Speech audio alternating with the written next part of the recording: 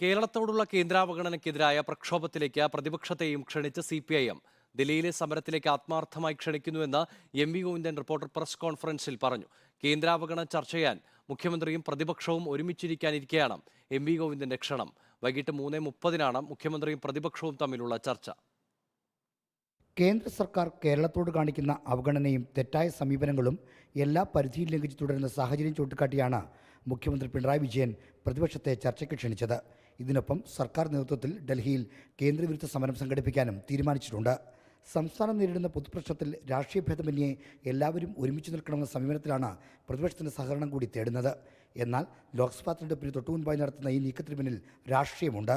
കേന്ദ്രത്തിനെതിരായിട്ടുള്ള പ്രക്ഷോഭം ആരംഭിക്കുമ്പോൾ ആ പ്രക്ഷോഭത്തിൻ്റെ ഭാഗമായിട്ടും അവരെ ക്ഷണിച്ചിരിക്കുകയാണ്. ഞങ്ങൾ അവരെ തള്ളിക്കളയുന്ന നിലപാട് സ്വീകരിച്ചിട്ടേ ഇല്ല. അവരാണ് തള്ളിക്കളഞ്ഞതെല്ലാം. രാവിലെ 10 നടക്കേണ്ട മുഖ്യമന്ത്രിയും പ്രതിപക്ഷവും തമ്മിലുള്ള ചർച്ച വൈകുന്നേരം 3:30 മാറ്റി. ഭാരത് ന്യായ് യാത്രയിൽ പങ്കെടുത്ത ശേഷം കൊച്ചിയിലേക്ക് മടങ്ങി വരുന്ന പ്രതിപക്ഷ നേതാവിൻ്റെ വിമാനം വൈകുന്നത് മൂലമാണ് ചർച്ചയുടെ സമയം മാറ്റിയത്.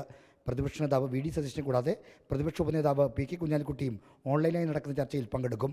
എന്നാൽ സാമ്പത്തിക പ്രതിസന്ധി കാരണം കേന്ദ്രാവഗണന മാത്രമല്ലെന്ന പ്രഖ്യാപിത നിലപാട് ചർച്ചയിൽ ഉന്നയിക്കാനാണ് പ്രതിപക്ഷത്തെ ധാരണ. റിപ്പോർട്ടർ, തിരുവനന്തപുരം.